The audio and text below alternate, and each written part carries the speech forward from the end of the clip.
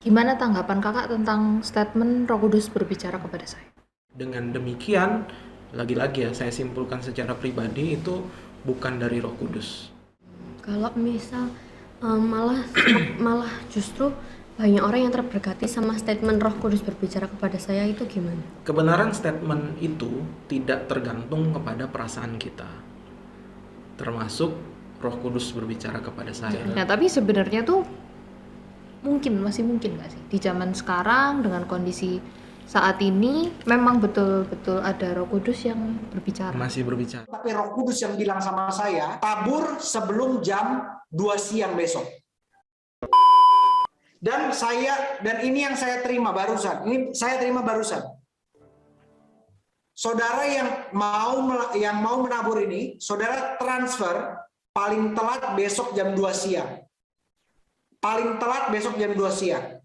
Ini Tuhan jadi saksi saya, ini tidak ada komunikasi sedikit pun sama Pastor Thomas, nggak ada urusan sama bank, nggak ada urusan apapun, tapi Roh Kudus yang bilang sama saya, tabur sebelum jam 2 siang besok. Welcome to Ecclesias Podcast. Kembali lagi bersama saya Lovina, Dan rekan saya saya Sila. dan pembicara kita. Seperti biasa, Evangelis Melaneno di sini. Oke. Jadi kita tuh kan tadi bersama-sama semua sudah melihat suatu cuplikan. Jadi ada Video yang tadi ya. betul yang tadi ada seorang hamba Tuhan yang mengeluarkan statement Roh Kudus berbicara kepada saya Roh Kudus berbicara. dan meminta kepada jemaat untuk mentransferkan sejumlah uang sebelum jam 2 siang. Nah, jadi sebenarnya gimana tanggapan kakak tentang statement Roh Kudus berbicara kepada saya? Mungkin sebelumnya kita kasih konteksnya dia dulu kali ya. Hamba Tuhan itu, dia berbicara seperti itu kemungkinan beberapa tahun yang lalu karena masih Zoom gitu. Dan sempat ada klarifikasi di saya nonton podcastnya Grace Tahir waktu yang sempat dibagiin itu dia ngasih klarifikasi juga beberapa hal, tapi memang dari klarifikasi itu arahnya ya memang Roh Kudus berbicara kepada dia untuk mentransfer uang dalam rangka pembangunan gereja, mungkin gereja bukan gereja dia ya, tapi gereja kan hamba Tuhan atau bagaimana ya. Lalu di video itu juga tadi ada kayaknya statement ini bukan setan, karena suara setan ya, karena setan tidak mungkin menyuruh kita untuk membangun gereja begitu ya. Ya ada masuk akalnya juga, hanya memang kalau kita lihat dari sudut pandang dia berkata Roh Kudus berbicara kepada saya, semua orang bisa mengklaim ya. Kita semua ini ada 3 orang nih. Kita bisa mengklaim Roh Kudus berbicara kepada saya. Tapi bagaimana kita harus percaya bahwa Roh Kudus berbicara kepada dia, gitu. Nah itu salah satu suruhan kalau di Alkitab itu ada di 1 Yohanes pasal 4. Coba kita buka salah satu. Cila mungkin boleh bacain kali ya. Boleh. 1 Yohanes 4 ayat 1.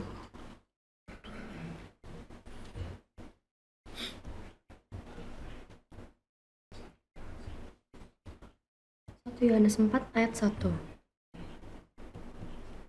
Saudara-saudaraku yang kekasih, janganlah percayakan setiap roh, tetapi ujilah roh-roh itu apakah mereka berasal dari Allah, sebab banyak nabi-nabi palsu yang telah muncul dan pergi ke seluruh dunia. Bagian pertama dibilang jangan percaya setiap roh, ya, tetapi ujilah. Nah, memang kita harus menguji setiap roh itu apakah betul-betul berasal dari Allah atau tidak. Ya, kalau kita kan gereja Injili ya, dan biasanya di gereja Injili itu tidak terlalu banyak klaim-klaim seperti itu. Bukan berarti tidak ada, tetapi tidak sampai booming lah begitu ya. Apalagi hamba Tuhan yang bersangkutan itu mendorong, ya bisa dikatakan mendorong orang untuk mentransfer sejumlah uang, entah kayaknya dia suruh tuliskan atau bagaimana, semacam janji iman lah untuk transfer sebelum jam 2 siang. Mungkin yang pertama kita bisa pakai itu akal sehat kita dulu kali ya. apakah betul-betul ada Roh Kudus itu bisa mengatakan dengan waktu yang seperti itu. Sepertinya gini, waktu kita lihat video itu bareng-bareng itu, dia lagi ngomong sama Zoom, di Zoom gitu. Terus tiba-tiba barusan ini Roh Kudus berbicara kepada saya. Padahal mungkin sekian detik aja gitu. sekian detik. Lagi ngobrol-ngobrol, barusan Roh Kudus berbicara kepada saya. Anda harus mentransfer sebelum jam 2 siang. Wah, itu betul-betul satu hal yang berani ya, terlalu berani ya. Bisa jadi betul, tapi bisa jadi tidak.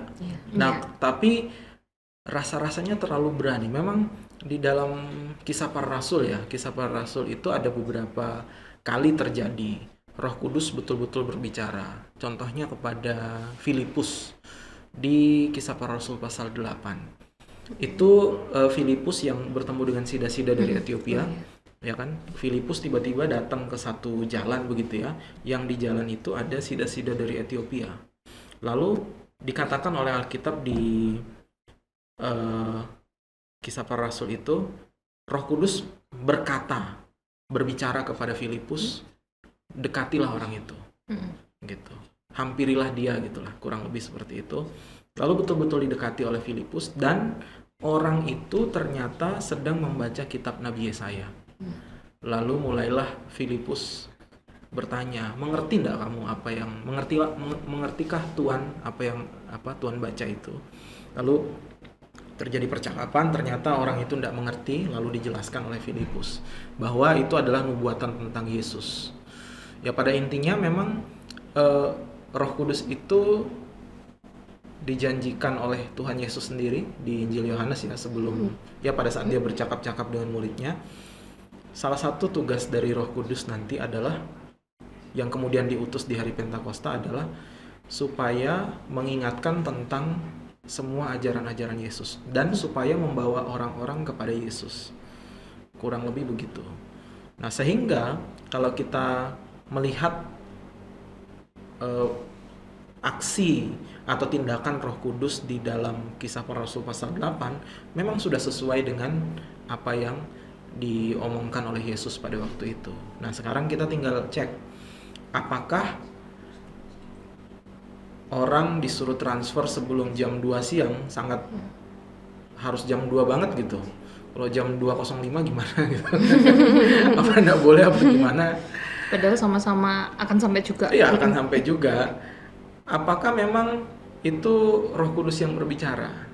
Kok bagi saya ya, kalau saya boleh berani berstatement atas diri saya sendiri ya, bukan atas nama gereja atau atas nama sinode atau bagaimana, saya sih tidak percaya hal-hal yang seperti itu ya. Gitu. Juga satu kali di Kisah Para Rasul yang sama juga, Kisah Para Rasul 13 kalau tidak salah, ada 5 orang lagi berpuasa ini. Itu bukan lagi nge-zoom gitu ya, tapi lagi berpuasa, lagi berdoa, lagi beribadah betul-betul khusyuk begitu. Salah satunya atau salah duanya adalah Paulus dan Barnabas. Lalu Roh Kudus berkata kepada mereka, betul-betul ditulis eksplisit di situ, khususkanlah kedua orang ini, Paulus dan Barnabas. Gitu. Nah, dan akhirnya 5 orang tadi memutuskan supaya Paulus dan Barnabas ini mereka diutus untuk melakukan perjalanan misi. Dan itu sesuai lagi-lagi dengan profil Roh Kudus.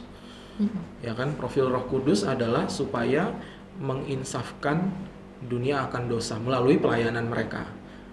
Nah, tapi apakah ketika kita lihat profil daripada Roh Kudus, tugas dan fungsinya Roh Kudus di situ, apakah memang nantinya transfer jam 2 siang akan mempertobatkan orang atau akan membawa orang kepada Yesus? Ya, dari situ kan kita sudah bisa mengatakan dan menjawab tidak ternyata. Transfer jam 2 siang sejumlah uang, Roh Kudus berbicara waktu itu tidak akan membawa orang bertobat atau tidak akan membawa orang datang kepada Yesus. Dengan demikian, lagi-lagi ya saya simpulkan secara pribadi itu bukan dari Roh Kudus. Nah, sekarang ini pertanyaan balik boleh? Boleh. Ini misalnya ya, bukan dari Roh Kudus berarti. Terus dari mana? Boleh kita reverse. Oke.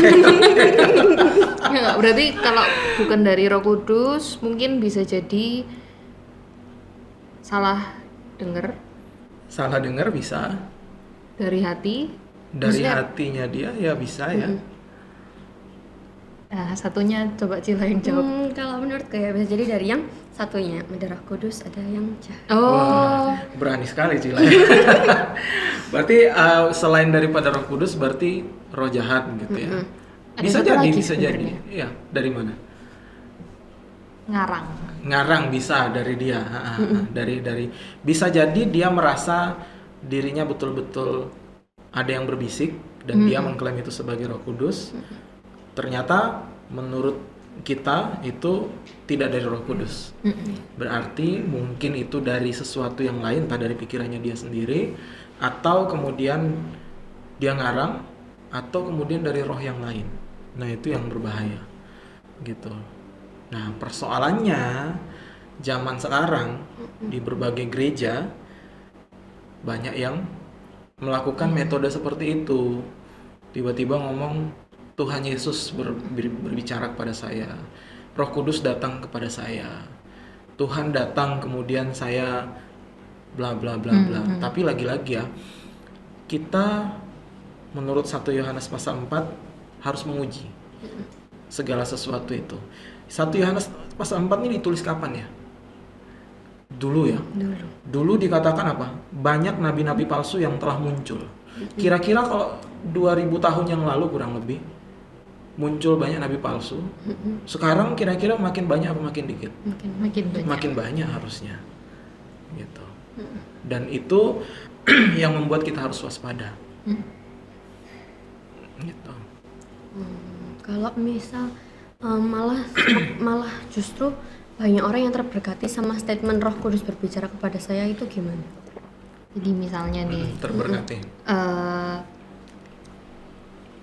aku sama Tuhan. Oh, ini. Terus Cila jemaat. Terus aku bilang ke Cila kalau Roh Kudus berbicara pada saya, kalau kamu memberi hari ini, kamu akan diberkati lebih. Semua urusanmu akan berjalan dengan lancar dan lain-lain. Semangat kan Cila dengarnya. Terus Cila jadi itu hari-harinya produktif, terus kebetulan pada waktu itu semuanya lancar dan akhirnya dia merasa, oh ini ya dari Tuhan. Ternyata waktu aku memberi, Tuhan kasih lebih. Tuhan memberkati seluruh. Jadi dia kayak mulai mungkin motivasi.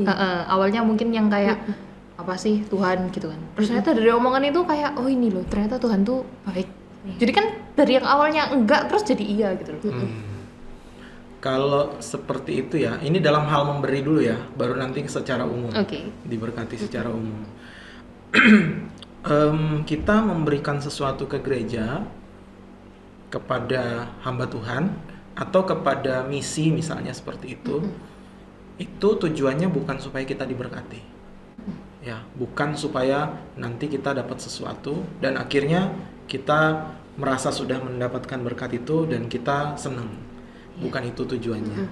Ya, kita memberikan persembahan dan sebagainya itu justru karena kita sudah merasa kita diberkati. Ya, ada satu kasus ya. Di 2 Korintus, mungkin coba buka 2 Korintus pasal 8. Itu kurang lebih sama kasusnya ya. 2 Korintus itu Paulus menuliskan dan dia lagi penggalangan dana sebetulnya. 2 Korintus pasal 8 ya. Ayat. Mungkin mulai ayat 1 kali.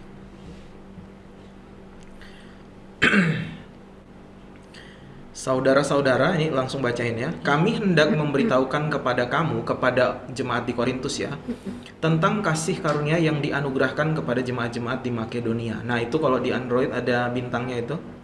Bisa kita lihat di Roma pasal 15 ya.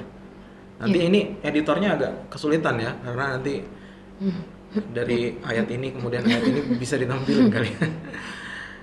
Roma 15 ayat 26 sudah lihat? Sudah. Nggak usah dibuka, dilihat di situ aja. Sebab Makedonia dan Akaya telah mengambil keputusan untuk menyumbangkan sesuatu kepada orang-orang miskin di antara orang-orang kudus di Yerusalem. Yerusalem itu lagi miskin gerejanya, banyak penganiayaan kan di situ kan. Kemudian orang Makedonia itu mereka mengambil bagian dalam membantu orang-orang di Yerusalem. Jadi ada panitia khusus, orang yang menggalangkan dana dari gereja-gereja di kota-kota besar yang rasanya gerejanya cukup mapan, tapi sebetulnya tidak mapan juga ya. Kita lihat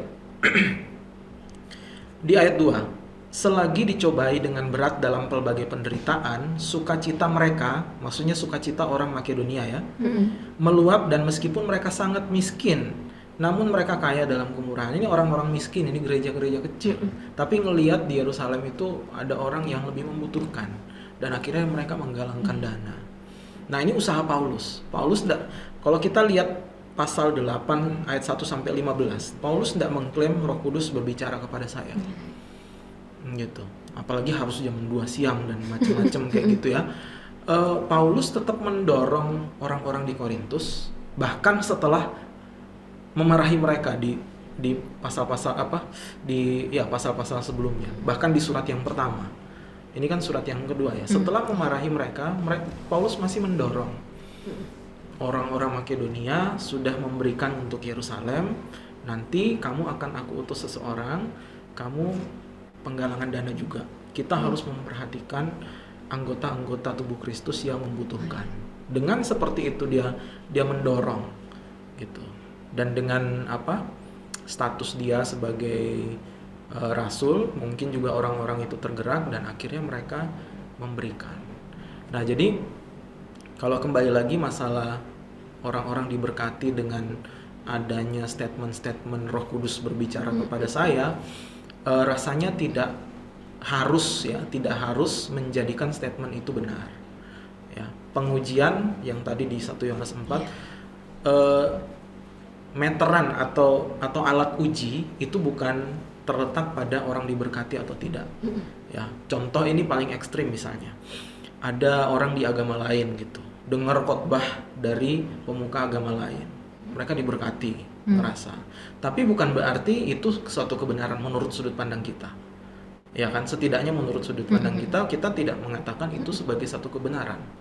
Jadi kebenaran statement itu tidak tergantung kepada perasaan kita, termasuk Roh Kudus berbicara kepada saya. Nah, apalagi kalau kita lihat di Kejadian pasal 2 atau 3, ketika ular datang kepada Hawa, ya kan, ular membisikkan sesuatu yang ada benarnya, tetapi ditambahin sama ular itu. Dia mengatakan, oh ini kan untuk pembangunan gereja. Ya, ada benarnya. Tapi kemudian kita bisa mengatakan ketika metodenya sudah seperti itu dan tidak alkitabiah ya. Seperti itu, metode penggalangan dana yang seperti itu tidak ada dasar Alkitabnya. Gitu. Ini Paulus anggaplah via Zoom ya kepada jemaat karena ini dulu kan nggak ada Zoom kan, jadi dia pakai surat kepada orang-orang Korintus. Dia tidak berkata Roh Kudus berbicara kepada saya, ya, tapi malah ayat 15, 2 Korintus 8 ayat 15, dia mengutip kitab suci malah, gitu. Dan dia mengatakan aku tidak memaksa, gitu. Nanti kalau kita baca keseluruhan 2 Korintus ini, dia mengatakan aku mendorong tapi tidak memaksa. Sebab kitab suci mengatakan seperti ini. Ya, jadi sekali lagi bukan alat ukurnya seseorang diberkati atau tidak itu membuat satu statement itu betul. Gitu. Dari pembicaraan kita beberapa menit ini, itu tuh seolah Sambil ya? Boleh. Nggak ada merek ya? Iya. Mereknya Les. Les, Kak. Oh, Les ya. Sama pembicaraan kita ini sebenarnya senangkepku agak condongnya tuh ke kontra dengan statement Roh itu. Kudus berbicara. Nah, tapi sebenarnya tuh masih mungkin nggak sih di zaman sekarang dengan kondisi saat ini memang betul-betul ada Roh Kudus yang berbicara. Masih berbicara. Karena kan sebenarnya kalau di gereja kayak gereja kita, gereja Injili atau mungkin gereja lain yang Injili juga, itu mungkin lebih Gereja Protestan begitu ya. hampir tidak pernah pakai statement-statement yang kayak gitu. Nah itu lebih ke gimana? Apakah memang kenapa Roh Kudus nggak berbicara di gereja kita? Gitu. Kenapa Roh Apakah Kudus tidak berbicara? hamba di Tuhannya gereja kita? kakak mungkin Kurang rohani. ya karena kan sebenarnya omongan Roh Kudus berbicara kepada saya itu kan rohani sekali gitu. Ya kan? Makanya orang-orang mungkin juga lebih tertarik, lebih kayak ngerasa wah langsung dari sumbernya gitu loh. Karena itu sifatnya supernatural begitu ya. Sebetulnya bukan Roh Kudus tidak berbicara ke gereja-gereja Injili atau gereja-gereja Protestan dan lain sebagainya. Kita percaya Roh Kudus berbicara. Tetapi cara berbicaranya seperti apa? Itu yang harus kita pertanyakan, follow up pertanyaan tindak lanjutnya seperti itu. Jadi kita tetap percaya Roh Kudus berbicara kepada kita semua. Tapi masalah pembicaraannya itu audible atau tidak, ya. Yang kita tonton itu kan seolah-olah Bener-bener kayak ada gitu ya. yang orang lain tidak bisa ini, bisa nangkep, orang lain tidak bisa nangkep, cuma dia yang nangkep gitu. Apakah Roh Kudus masih melakukan hal tersebut atau tidak? Gitu. Kalau dikatakan Roh Kudus berbicara atau tidak, kita percaya Roh Kudus masih berbicara setiap hari kepada semua orang percaya, gitu. Baik di dalam hati nuraninya, baik di dalam pikirannya, Roh Kudus itu ada di dalam setiap kita, dianugerahkan kepada kita pada saat kita percaya. Ya, jadi Roh Kudus itu terus secara aktif memperbaharui kita. Kalau saya pakai bahasa yang dalam tanda kutip ya, membujuk kita supaya kita semakin hari semakin dikuduskan. Dengan pilihan-pilihan hidup kita, dengan apa yang kita katakan, Roh Kudus itu berbicara untuk, tapi lagi-lagi ya, tidak audible. Misalnya gini, kita jalan ke tengah jalan, ada ke kiri atau ke kanan, terus Kiri, Roh Kudus gitu. berbicara kiri. Gitu. Rasa-rasanya kalau hal-hal seperti itu, saya mungkin tidak berani mengatakan bahwa sudah tidak ada. Bisa jadi masih ada, tetapi sudah sangat sedikit sekali. Dan itu hanya untuk kasus-kasus khusus tertentu yang orang, jadi itu sudah sangat jarang. Itu kan mujizat ya berarti ya. Itu sudah sangat jarang. Kalau misalnya ada orang yang mengklaim setiap hari bisa melakukan seperti itu, tidak lagi jadi mujizat dong. Karena mujizat kan harus, salah satunya kan harus jarang kan. Jarang terjadi. Unik. Kalau setiap hari ada orang matanya buta kemudian bisa melihat, tidak lagi jadi mujizat dong. Itu adalah sesuatu yang alami jadinya, ya kan? Nah juga dengan orang yang mengaku Roh Kudus berbicara seperti itu, waktu Yesus mengatakan bahwa Roh Kudus akan menuntun kamu sekalian murid-muridnya kepada seluruh kebenaran, banyak ahli yang mengatakan bahwa itu merujuk kepada penulisan kitab suci. Jadi kitab suci akan ditulis dengan cara orang-orang itu akan diilhamkan, lalu dengan semua pengalaman mereka, ingatan mereka, wawancara mereka, dengan semua mungkin juga diri mereka akan menulis sedemikian rupa, dan tulisan mereka itu kita anggap sebagai firman Allah, gitu. Dan itulah yang seharusnya jadi sumber kebenaran absolut kita. Nah, bagaimana cara Roh Kudus berbicara kepada kita? Yaitu ketika kita membaca kitab suci itu, maka Roh Kudus akan mencerahkan atau menerangi pikiran kita. Makanya kalau doa firman kan gitu ya, Tuhan bukakan hati dan pikiran kami, atau sinarilah pikiran kami supaya kami bisa mengerti. Itu iluminasi namanya. Ya, supaya kita bisa mengerti, karena dengan pikiran kita yang berdosa, kita tidak bisa mengerti. Gitu. Hanya ketika kita diterangi oleh Roh Kudus, kitab suci itu berbicara, dan akhirnya kita bisa mengerti apa yang dikehendaki oleh Allah. melalui apa yang dilakukan Roh Kudus juga gitu. Jadi statementnya adalah kita semua masih dibilangi oleh Roh Kudus, masih dikasih tahu oleh Roh Kudus, tapi dengan cara-cara yang demikian rasa-rasanya sudah tidak seperti itu gitu. Ada yang mengatakan gini, Allah itu selalu bukan selalu ya, biasanya memulai segala sesuatu secara supernatural, tetapi kemudian melanjutkannya secara natural. Misalnya dalam penciptaan, itu kan secara supernatural ya. Atau misalnya di dalam penulisan kitab suci, itu juga biasanya supernatural. Tapi kemudian dilanjutkan seterusnya dengan cara-cara yang natural. Gitu. Sama juga dengan hal Roh Kudus berbicara kepada kita. Dia ngasih mimpi kepada Lukas misalnya. Dia ngasih penglihatan kepada Matius misalnya. Dia ngasih ini kepada ini dan sebagainya dan sebagainya. Itu supernatural.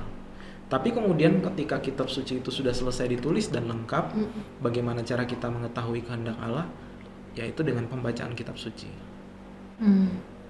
Nah, tapi lagi-lagi ya, kita tetap membuka peluang terhadap adanya perkataan atau kata-kata Roh Kudus yang secara audible atau audiovisual atau dalam penglihatan atau dalam mimpi. Kita membuka peluang dengan hal-hal seperti itu. Tapi biasanya itu hanya untuk kasus-kasus tertentu saja, bukan sesuatu yang secara umum. Dan itu lagi-lagi kita harus tarik kepada apa yang dinamakan dengan tujuannya. Tujuannya untuk apa? Kalau misalnya tujuannya hanya untuk supaya dia bisa sehat walafiat dianya loh, itu ya berarti rasanya nggak seperti itu deh. Tapi kalau misalnya supaya Injil Tuhan semakin diberitakan, dia disuruh oleh Tuhan untuk datang ke daerah yang spesifik, bahkan misalnya yang di sebelah selatan gunung ini dan di situ ada masyarakat dan coba kamu ke situ dan menangkan gitu. Itu bisa saja terjadi. Tapi siapa yang mengatakan itu dan kita mengujinya bagaimana? Nah, itu harus kita pertanyakan kembali. Bukan berarti kita akan sembarangan adanya kata-kata Roh Kudus berbicara kepada saya itu kita akan ini bohong ini dan segala macam, bukan berarti begitu.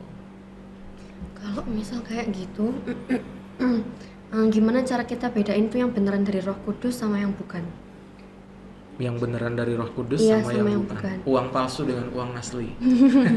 Atau mungkin kalau misalnya yang jelas-jelas salah, kayak misalnya mencuri, membunuh atau apa, tuh kan memang udah kayak nggak mungkin lah Roh Kudus itu kayak gitu. Iya. Kalau itu benar-benar salah ya. Iya. Gimana kalau yang tujuannya baik gitu ya? Untuk menguji itu parameternya itu kitab suci ya. Kitab suci. Kalau kitab sucinya itu mendukung hal itu,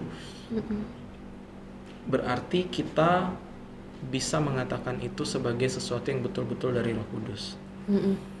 Tetapi kalau kemudian kontra sekali dengan Roh Kudus, misalnya Roh Kudus berbicara kepada saya mencuri gitu, nah itu kan sudah jelas-jelas ya salah gitu. Tapi kemudian ada hal-hal yang kelihatannya betul, gitu. Bisa jadi itu betul-betul dari Roh Kudus, tapi bisa jadi tidak. Nah, bagaimana cara membedakannya? Itu yang agak susah. Rasanya kita nggak bisa langsung menghakimi sebelum kita tahu betul-betul secara spesifik apa yang dia katakan, kemudian untuk apa dia lakukan itu, gitu. Jadi, tapi lagi-lagi ya kita juga bisa melihat dari bagaimana karakter orang itu pertama, ya.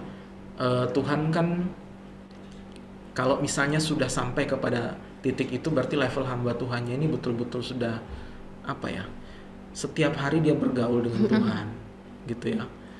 Dia betul-betul menunjukkan buah-buah roh dalam hidupnya. Itu juga bisa jadi salah satu parameter kita melihat atau membenarkan atau menyalahkan, gitu.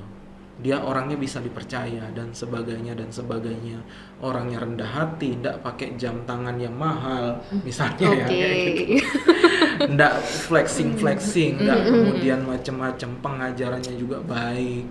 Ketika ada satu sosok orang yang seperti itu datang kepada kita dan dia mengatakan Roh Kudus berbicara kepada saya sudah tidak bisa lagi di gereja ini, tapi saya harus pergi ke Zimbabwe misalnya. Ya, misalnya kayak gitu, saya harus memberitakan Injil di sana. Saya minta dukungan dari saudara-saudara sekalian, gitu. Wah, itu bisa kita condong atau kecenderungan kita adalah ini kayaknya beneran, gitu. Jadi itu lagi-lagi ya. Orang yang berbicara profilnya seperti apa itu juga bisa jadi satu patokan selain daripada patokan sekunder ya. Patokan primernya kan pasti kitab suci. Gitu. Nah, cuma ini sekaligus peringatan sih. Peringatan kalau kita lihat di Ulangan pasal 18. Mari coba kita buka 3 ayat saja. Ulangan 18 ayat 20 sampai 22. Ini cukup serem ini.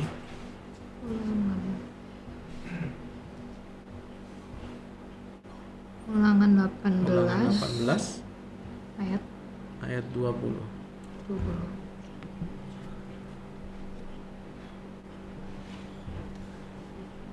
Coba Cila bacakan.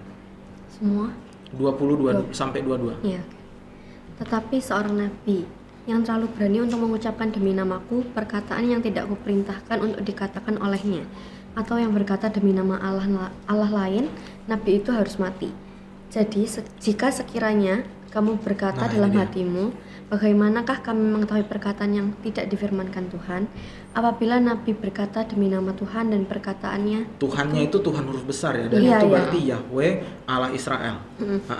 Perkataan itu tidak terjadi dan tidak sampai, maka itulah perkataan yang tidak difirmankan Tuhan. Dengan terlalu berani nabi itu telah mengatakannya, maka janganlah gentar kepadanya. Dan konsekuensinya ayat 21 tadi ayat 20 bagian akhir, nabi itu harus mati. Waduh. Nah, jadi memang hamba-hamba Tuhan harus hati-hati ketika mengatakan hal seperti itu. Dia sendiri harus betul-betul menguji. Ya, dia tidak bisa langsung gitu ya. Ada bisikan sedikit, wah ini Roh Kudus berbicara. Dia harus betul-betul uji. Karena dia harus memenuhi juga 1 Yohanes pasal 4 tadi. Ya, dia uji apa yang sudah dia terima itu, dan dia betul-betul mungkin dia konsultasi dengan orang-orang tertentu dan macam-macam. Kemudian baru dia berani berkata-kata seperti itu. Gitu. Jadi memang semakin berat sepertinya kalau ada orang yang mendapatkan hal-hal seperti itu ya. Gitu. Jadi sebenarnya selain kita sebagai pendengar yang harus menguji, maksudnya berhati-hati, maka yang mengatakannya pun juga sebenarnya harusnya 2-3 kali lebih hati-hati. Gitu. Oke. Mungkin pertanyaan selanjutnya ada nggak sih Kak? Tips and trick. Mungkin teman-teman yang mendengarkan ini pengen dong sekali-kali Roh Kudus berbicara kepada saya gitu ya. Jadi apakah mungkin supaya Roh Kudus berbicara kepada kita harus membaca Alkitab pagi, siang, sore dan malam? Harus S3 teologi mungkin, atau harus menjadi hamba Tuhan seperti Kak Melan dan Dasar Rumi, atau ada syarat-syarat khusus? Sebetulnya ini ya. Coba kita buka Yohanes 3 ayat 8. Bagian awalnya saja ya, sebelum tanda titik. Boleh Cila bacakan? Ayat 8. Yohanes 3 ayat 8. Ayat 8. Itu sebelum ayat 16 ya, yang terkenal itu. Yohanes 3 ayat 8. Angin bertiup kemana ia mau, dan engkau mendengar bunyinya, tetapi engkau tidak tahu dari mana ia datang atau kemana ia pergi. Demikianlah halnya dengan tiap-tiap orang yang lahir dari Roh. Nah, jadi itu ada kata angin bertiup kemana ia mau. Dan Yohanes itu dia kayak mengilustrasikan roh itu dengan angin. Angin itu mau kemana aja terserah dia. Nah, Roh Kudus juga begitu. Kalau misalnya kita mengatakan saya mau dong ada suara-suara audio visual begitu atau tampilan-tampilan, agak sukar ya karena itu sekehendak hatinya. Sekehendak hatinya menurut pertimbangannya yang ilahi, yang kudus dan yang tidak bercacat gitu. Kalau dia sudah datang kepada Lovina malam ini misalnya, berarti itu adalah keputusan yang kudus, yang betul dan tidak bisa dipersalahkan bagaimanapun juga. Bahkan ada orang yang tidak mau didatangi, tetapi didatangi. Gitu. Contoh, ya, walaupun bukan kita ngomongnya Roh Kudus ya, tapi pada saat perjalanan ke Damsyik, tiba-tiba Paulus bertemu dengan Tuhan, gitu. Itu dia tidak mau, bahkan dia percaya bahwa itu tuh penyesat. Dan dia merasa apa yang dia pegang waktu itu udah yang paling benar, gitu. Tetapi tiba-tiba datang peristiwa seperti itu dan dia mau tidak mau pasti harus jatuh begitu. Jadi gimana ya caranya Roh Kudus mau berbicara kepada kita? Ya kalau misalnya kita bilang begini, kita berdoa deh supaya Tuhan menunjukkan misalnya ya siapa jodoh kita gitu. Ya, itu sangat bisa sekali. Tuhan memang bisa menunjukkan siapa jodoh kita lewat pikiran kita atau pertimbangan rasional kita berdasarkan kitab suci ya, bukan berdasarkan standar TikTok gitu. Kehendak hati yang didorong oleh TikTok dan lain sebagainya, tetapi berdasarkan pertimbangan kitab suci atau di mana kita kerja, di mana kita nanti tinggal dan lain sebagainya, itu bisa sekali. Hanya untuk masalah yang audio visual seperti itu, ya rasa-rasanya tidak perlu kita harapkan secara berlebihan gitu, karena baik secara supernatural maupun secara natural Tuhan tetap berbicara kok kepada kita. Sama seperti begini, orang yang sakit kanker hari ini mau meninggal tapi besok sembuh, itu sama bersukacitanya dengan orang yang sakit kanker tapi kemo dan segala macam dia lawan dan sampai berbulan-bulan bahkan bertahun-tahun dia sembuh. Itu sama-sama pemeliharaan Tuhan yang harus kita syukuri bersama. Tidak berkurang kok sukacita kita ketika Tuhan memelihara dan menyembuhkan kita lewat cara yang natural tadi itu, daripada yang cara yang pertama. Tidak berkurang. Walaupun mungkin kita, ya namanya kita manusia yang sehari-harinya melihat benda yang dijatuhkan pasti ke tanah begitu ya, itu aja terus tiba-tiba ada benda melayang. Nah, kita senang ya, kita takjub begitu. Nah, jadi kurang lebih ya, kalau mau pesan dari Tuhan, rajin-rajin berdoa, rajin-rajin baca kitab suci. Mungkin dari Kak Melan ada closing statement dari pembicaraan kita sepanjang beberapa menit ini. Ya, saya pernah baca satu artikel, mungkin 1-2 menit ini ya. Ada satu hamba Tuhan di Amerika, seorang penginjil di Amerika, mirip sekali. Roh Kudus apa Tuhan atau bagaimana, berbicara, dia ngomongnya di atas panggung gitu ya, kepada jemaat begitu.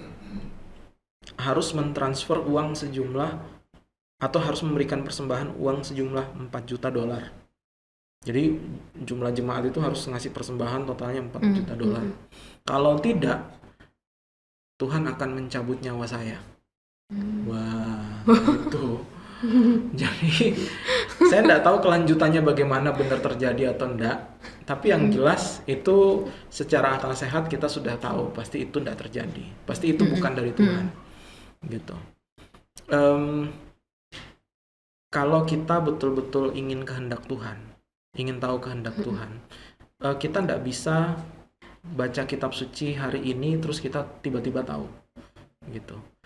Kita mau tahu Tuhan nyuruh saya ke kiri atau ke kanan, kita harus baca Alkitab itu terus hari-hari, pagi atau malam, atau pagi atau malam, dan kita berdoa minta petunjuk dari Tuhan selama bertahun-tahun. Dan selama bertahun-tahun, ketika ada sesuatu di depan kita yang membuat kita harus mencari kehendak Tuhan, kita sudah memiliki pertimbangan, library kita itu sudah banyak tentang kehendak Tuhan di dalam hidup kita. Sehingga pada saat kita harus mengambil keputusan, maka disitulah Tuhan berbicara. Roh Kudus akan berbicara, mengingatkan lagi apa yang sudah kita baca melalui firman-Nya.